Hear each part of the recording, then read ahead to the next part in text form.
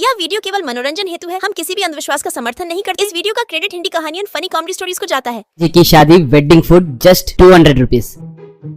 शर्मा नाम का एक कंजूस आदमी हुआ करता था।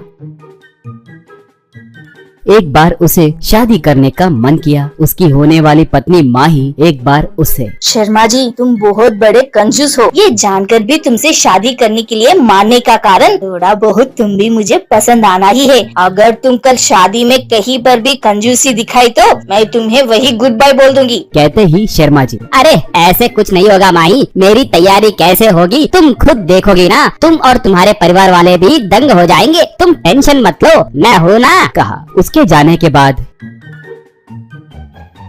शर्मा जी, ये क्या, ये इतनी अकड़ रही है। अब मेरे शादी को आए गधों को मैं बहुत मेहनत करके कमाए पैसों से खिलाऊं क्या? उसकी जरूरत नहीं है, मुझे ही कुछ आइडिया निकालना होगा। ये सोचकर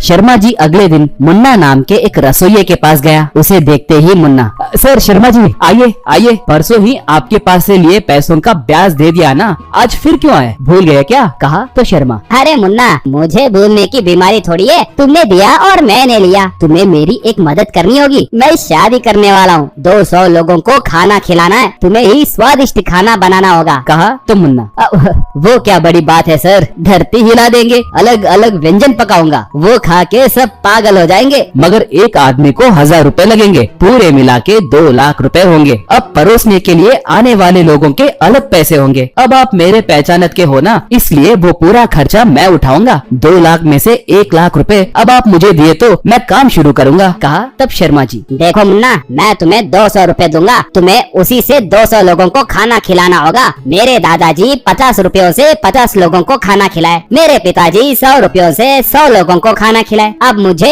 200 रुपयों में 200 लोगों को खाना खिलाना ही होगा ना। अगर तुमसे नहीं होगा तो बोलो, अभी के अभी मुझसे लिए कर्ज के पैसे अभी के अभी भर दो, नहीं तो 200 लोगों को 200 रुपयों में ही खाना खिलाओ। कहा। मुन्ना दंग होकर शौक में वैसे ही खड़ा रह गया। तब शर्मा जी, ठीक है, तुम्हारे खामोशी को हाँ समझते हुए ये लो, एडवांस के तौर पे 100 रुपए दे रहा हूँ, 200 लोगों को खाना खिलाकर बाकी के 100 रुपए ले जाओ। कहकर चला गया।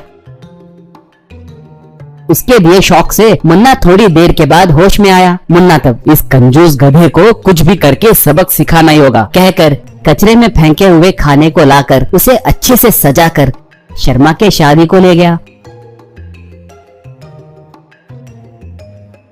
वहाँ पर रखे खाने को देखकर शर्मा, वाह मुन्ना, वादे के प्रकार सारे आइटम्स लाए ना, पूरे 20 आइटम्स बनाए या लालच के चलते कुछ कम किए? कहा तो मुन्ना मन में, अरे लालच के देवता, वैसे तुम लालच के बारे में बात कर रहे तो मुझे बहुत हंसी आ रही है। सोचकर ऊपर से, सर सारे वैरायटीज लाया हूँ सर, आप खाइए, मैडम जी को खिलाइए, उनके सारे रिश्तेदारों को भी खिलाइए, आपके हाथों से खिलाइए सर। कहा तो शर्मा जी, क्या सच है मुन्ना? ये लोग मुझे मैं झूठे हाथ से कौवे को भी हकालता नहीं कहकर मेरा मजाक उड़ाते हैं। अब देखो मैं इन सबको परोसकर मैं खुद खिलाकर उन्हें चौंका दूंगा। कहा तो मुन्ना मन में, उनका चौंकना नहीं, तुम खिलाने के बाद वो लोग जब तुम्हें पीटेंगे तब तुम कुत्ते के जैसे की बोलोगे। कहकर हंसकर बगल में खड़े होकर सब देखने लगा।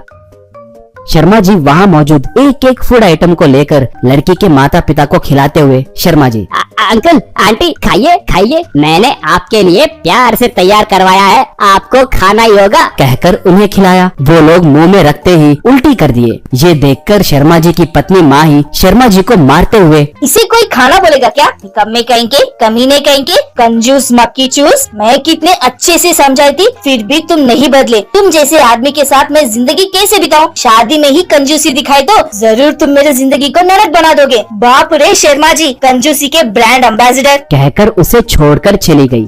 मुन्ना उसे अच्छा सबक मिला है सोचकर बहुत खुश हुआ।